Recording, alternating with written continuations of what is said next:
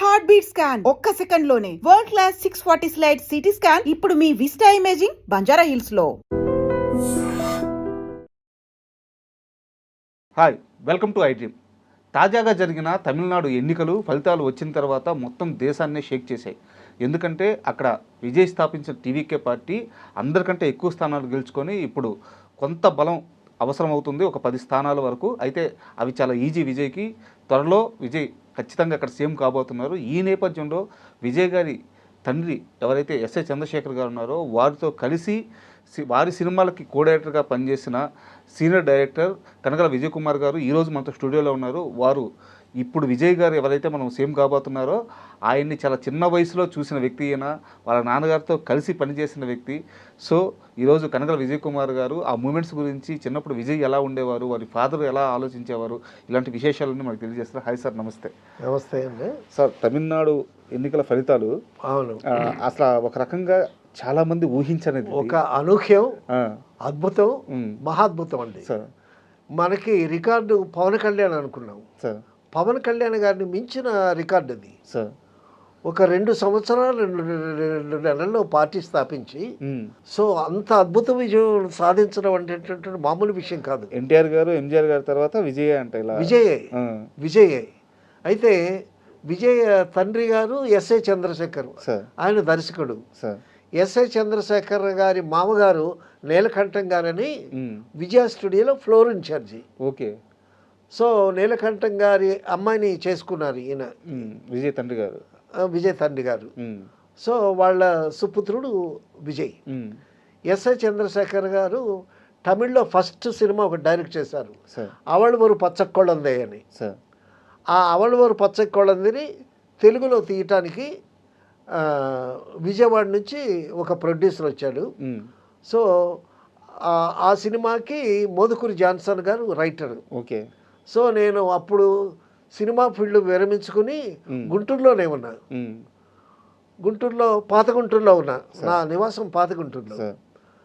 So నేను వాకింగ్కి అలా వస్తూ ఉంటే ఒక కారు నన్ను క్రాస్ చేసి వెళ్ళి అంబాసిడర్ మళ్ళీ వెనక్కి వచ్చింది. అందులో మోదుకూరి జాన్సన్ గారు ఉన్నారు. ఏమయ్యా జయకుమార్, ఏం చేస్తున్నావు, ఇక్కడ ఉన్నావు అని అన్నాడు. ఏంటండి అన్న, నీకోసం మెడ్రాస్లో వెతుకుతున్నావయ్యా, నువ్వు ఇక్కడ ఉన్నావేంటి అని అన్నాడు. దేనికండి అన్న, ఒక తమిళ్ డైరెక్టరు తెలుగులో సినిమా చేస్తున్నాడు, ఆయనకి తెలుగు రాదు, కాబట్టి తెలుగు తెలిసిన నీలాంటి కో డైరెక్టర్ ఒకడు కావాలనుకుంటే నీ పేరు చెప్పాను నేను, నిన్ను మెడ్రాస్లో వెతుకుతున్నాను, నువ్వు ఇక్కడ బయట ఉన్నావు అని అన్నాడు ఆయన. ఆ విధంగా మోదుకూరి జాన్సన్ గారి ద్వారా మళ్ళీ నేను ఇండస్ట్రీకి వచ్చాను. ఇండస్ట్రీకి వచ్చి ఎస్ఏ చంద్రశేఖర్ గారితో కూర్చొని సబ్జెక్ట్ అంతా డిస్కస్ చేసుకుని అవళవరు పచ్చకొళందే తెలుగు వెర్షన్ అనమాట. ఓకే.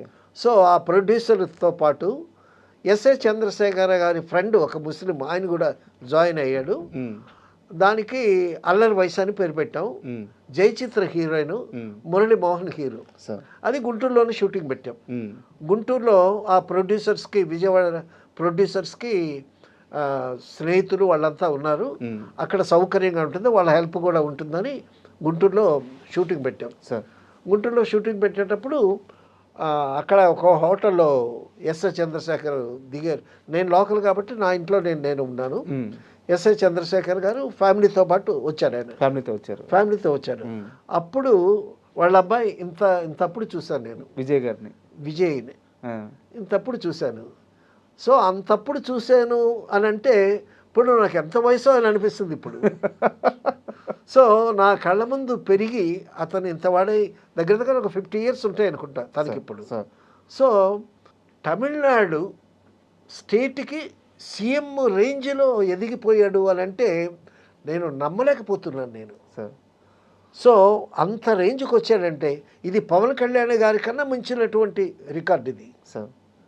ఇంత తక్కువలో ఒక తమిళనాడు వెరీ ఎన్లైటెడ్ పీపుల్ అండి. Tamil Nadu people well cultured, well educated, వాళ్ళకి భక్తి, సంస్కృతి, సాంప్రదాయం మీద బాగా నమ్మకం ఉన్నటువంటి వ్యక్తులు. సో అటువంటి వ్యక్తులు అభిమానాన్ని చొరగొని అసలు ఎంత పర్సెంట్ 85% పోలయ్యాయంటండి ఓట్లు. కొన్ని చోట్ల అయితే 90% పోలయ్యాయంట. అవును. సో అది ఈయనకి పెద్ద ప్లస్ పాయింట్ అయింది. ఇక్కడ ఏంటంటే ఎస్ఏ చంద్రశేఖర్ గారు ఆయన మిస్సెస్ వాళ్ళు క్రిస్టియన్స్. సో వాళ్ళు క్రిస్టియన్స్ అయినంత మాత్రాన వాళ్ళ ఒరిజినల్ కాస్ట్ నాకు ఎవరో చెప్పారు ఎస్ఏ అని. సో వీళ్ళు క్రిస్టియన్ అయినంత మాత్రాన కొడుకు క్రిస్టియన్ అవ్వాలని లేదు. సో పేరెంట్స్ క్రిస్టియన్స్ అయినంత మాత్రాన కొడుకు ఒరిజినల్ కాస్ట్ పెట్టుకోవచ్చు. సో ఇప్పుడు నేనున్నాను, నాకు నచ్చినటువంటి మతం నేను స్వీకరించాను. నాకు బుద్ధిజం ఫిలాసఫీ అది అంటే నాకు ఇండివిజువల్. ఇష్టం. అది ఇండివిజువల్. సో కాబట్టి ఇతను దళితుడా లేకపోతే క్రిస్టియన్ అయినా దళితుడైనా సరే డౌన్ ట్రాడన్ క్లాసెస్ వాళ్ళని బాగా మొబిలైజ్ చేశాలని చెప్పుకోవచ్చు. సార్ తర్వాత అసలు ఆయనకి అంటే ఈ క్యాస్ట్ రీజన్ ఇవన్నీ పక్కన పెడితే సార్ లేదండి, వాటర్స్కి ఉంటుందండి. నేను చెప్పేది ఏంటంటే మాస్ రూరల్ పీపుల్ ఉంటారు కదా సార్, అవునవును, వాళ్ళల్లో ఈయన మీద ఉండే క్రేజ్ ఉంటుంది సార్. అదే వాళ్ళని ఉత్తేజపరిచేటటువంటి అద్భుతమైనటువంటి స్పీచెస్ చేసుంటాడు. సో అతని స్పీచెస్లో ఒక నిజాయితీ కనిపించుండొచ్చు. తర్వాత అతనికి అసలు తమిళ సూపర్ స్టార్ కదండి విజయ్ ఇప్పుడు. అవును, రజనీకాంత్ హయామ ఒకటి సార్, ఇప్పుడు తమిళ సూపర్ స్టార్ విజయ్ కదా. అవును సార్. అయితే మీరు ఆ వయసులో చూశారు కదా, మీరు చూసినప్పుడు ఎలా ఉండేది ఆయన ప్రవర్తన? అంటే అల్లరిగా ఉండేవారా, చాలా స్టేబుల్గా ఉండేవారా? ఏదన్నా మీరు గమనించి అంటే అప్పుడు నేను చూడటమే, తర్వాత నాకు వాళ్ళ ఇంటికి వెళ్ళటం కానీ అబ్బాయిని చూడటం కానీ నాకు తటస్థించలేదు. అయితే ఏంటంటే అంత చిన్న వయసులో చూశాను నేను. అంత little drops of make the mighty ocean అని, నీటి బిందువులే మహాసముద్రం అవుతాయండి. ఆ చిన్నతనం నుంచి పెరిగి తమిళనాడు ఎడ్యుకేషన్ చాలా బాగుంటుందండి. తమిళనాడులో ఎడ్యుకేషన్ చాలా బాగుంటుంది. సో ఆ తమిళనాడులో చదువుకున్నటువంటి చిన్నపిల్లలతో మనం ఇంగ్లీష్ మాట్లాడలేము. సో జయలలిత గారు ఎంత అద్భుతంగా ఇంగ్లీష్ మాట్లాడింది. ఒరేషియస్ స్పీకర్ ఆవిడ. సో అంత చక్కగా చదువుకుని ఫాదర్ బాగా అమితాబ్ బచ్చన్తో సినిమా డైరెక్ట్ చేశాడు ఎస్ఏ చంద్రశేఖర్ గారు. సార్ యాక్చువల్గా అక్కడికే రాబోతున్నాను. మీరు ఆయనతో కలిసి పనిచేశారు కాబట్టి, అంటే ఒక కొడుకు ఇంత సక్సెస్ అయ్యాడంటే తండ్రి కూడా ఆ నిబద్ధత లేదా ఆ తెలివితేటలు డెఫినెట్గా ఖచ్చితంగా ఆ పెంపుదలలో ఆ పెంపకంలో ఉంటాయి కదా. అవును. సో ఎస్ఏ చంద్రశేఖర్ గారి మైండ్ సెట్ ఎలా ఉండేది, ఆయన ఆలోచన ఎలా ఉండేది? ఆయన చాలా షూడ్గా ఉంటాడండి మనిషి. ఒకసారి ఈ అల్లరి వయసు సినిమా చేస్తుండేటప్పుడు ప్రొడ్యూసర్కి ఈయనకి ఏదో చిన్న స్ప్లిట్ వచ్చింది. సడన్గా లేచి వెళ్ళిపోయాడు. సో సినిమా మధ్యలో వెళ్ళిపోతే ఇక సినిమా ఆగిపోద్ది. తర్వాత ఆలోచించి మళ్ళీ టేకప్ చేసి ఆ సినిమా ఫినిష్ చేశాడు. ఓకే. సో అల్లరి వయసు సినిమా డైరెక్టర్గా, తెలుగులో డైరెక్టర్గా ఒక డైరెక్టర్ అనిపించుకున్నాడు. అంతకుముందు తమిళ్లో అవళమూరు పచ్చకొడ అక్కడ డైరెక్టర్ అనిపించుకున్నా కూడా జగపతి పిక్చర్స్ రాజేంద్ర ప్రసాద్ గారి సినిమాకి కో డైరెక్టర్గా పనిచేశాడు మళ్ళీ ఆయన. అవునా? డైరెక్టర్ని అనిపించుకున్నా కూడా మళ్ళీ వెంటనే సినిమాలు రాకపోవచ్చు కదా, మళ్ళీ కో డైరెక్టర్గా చేశాడు ఆయన. చాలా స్ట్రగుల్ పడి పైకి వచ్చిన ఫ్యామిలీ. డెఫినెట్గా. తర్వాత ఎస్ఏ చంద్రశేఖర్ గారు is a very good writer. ఆయన తమిళ్లో అన్ని డైలాగులు రాసుకుంటాడు, దాన్ని తెలుగులో ఎలా రాయాలో చెప్పమంటాడు మనల్ని. సో ఆయన కూడా చాలా స్ట్రగుల్ పడి, ఏమంటే క్రిస్టియన్ ఫ్యామిలీ, దళితుల ఫ్యామిలీ అంటే జనరల్గా మిడిల్ క్లాస్లో ఉంటాయి, లోవర్ మిడిల్ క్లాస్ అయి ఉంటాయి. సో ఆ విధంగా తర్వాత ఆయన మిస్సెస్ సింగరు, ఎస్ఏ చంద్రశేఖర్ గారి మిస్సెస్ సింగరు. ఆ మిస్సెస్ బ్రదర్ కూడా సింగరే. వాళ్ళకు ఒక మ్యూజిక్ టీం ఉంది. ఓకే. సో వాళ్ళకి ఏంటంటే ఒక సినిమా దర్శకుడు, వాళ్ళ ఇంట్లో పాటలు పాడేవాళ్ళు, వాళ్ళకు ఒక మ్యూజిక్ టీము, ఆర్ట్ అంతా ఇంట్లో ఉంది. సో ఆ ఫ్యామిలీ నుంచి వచ్చినటువంటి వ్యక్తి ఒక వటుడై ఇంతంత ఎదిగి ఈరోజు రజనీకాంత్ గారు ఉంటుండగా కూడా అతని సినిమాలు అద్భుతంగా ఆడాయి. ఇప్పుడు ఆయన సూపర్ స్టార్ అయ్యాడంటే వ్యక్తిగా ఆ కుర్రాడి పరిశ్రమ ఎంత ఉంటుందో, ఆయన కృషి, ఆ కుర్రాడి కృషి ఎంత ఉంటుందో, కసి ఎంత ఉంటుందో, ఎంత నేర్చుకున్నాడు, ఎంత చదువుకున్నాడు. సో ఇవన్నీ ఆయనకి సంక్రమించి. సార్ మీరు సినిమా మనిషి కాబట్టి మీరు తమిళ సినిమాని తెలుగు సినిమాని చాలా కాలం పాటు దగ్గర నుంచి చూసిన మనిషి, పనిచేసిన మనిషి. అయితే విజయ్ గారు ఈరోజు సీఎం స్థాయికి వచ్చారు, ఇంత అద్భుతమైన విజయం. ఇలాంటి నేపథ్యంలో విజయ్ గారి కెరీర్ తొలినాళ్ళలో ఆయనకి బాగా సపోర్ట్ చేసిన కెప్టెన్ విజయకాంత్ గారి గురించి మాట్లాడుకోవాలి. విజయ్ గారిని కెప్టెన్ విజయకాంత్తో ఎస్ఐ చంద్రశేఖర్ గారు సినిమాలు తీశాడు. సినిమాలు తీసి ఆయన పెద్ద ఆర్టిస్ట్ అయ్యాడు అక్కడ. అవును, విజయ్ అంటే చాలా వాత్సల్యం ఉంటాయి ఆయనకి విజయకాంత్. డెఫినెట్గా. సో విజయకాంత్ సక్సెస్లో ఆయన కెరీర్లో ఎస్ఐ చంద్రశేఖర్ గారి బాగా ఉంది. సో ఎస్ఐ చంద్రశేఖర్ గారు సొంతంగా కథలు తయారు చేసుకుని సొంతంగా ఎక్స్పెరిమెంట్స్ చేస్తూ నానా తిప్పలు పడ్డాడు ఆయన. తిప్పలు పడి మరి కొడుకుని చదువుకించుకుంటూ వాళ్ళ ఫ్యామిలీలో ఒక మ్యూజిక్ టీముని దాన్ని కూడా సపోర్ట్ చేయాలి కదా ఆయన. సో ఇటువంటి అట్మాస్ఫియర్లోంచి వచ్చినటువంటి విజయ్ గొప్ప విజయం. అసలు పేరు విజయ్ అని పేరు పెట్టడమే చాలా గొప్ప విషయం. ఆ పేరులోనే విజయం ఉంది. సో తర్వాత నేను ఒక చిన్న ప్రశ్న ఇస్తాను, దానికి సమాధానం చెప్పండి. మీకు అన్నింటికన్నా మీకు ఇష్టమైంది ఏది? అంటే వస్తువా మనిషా?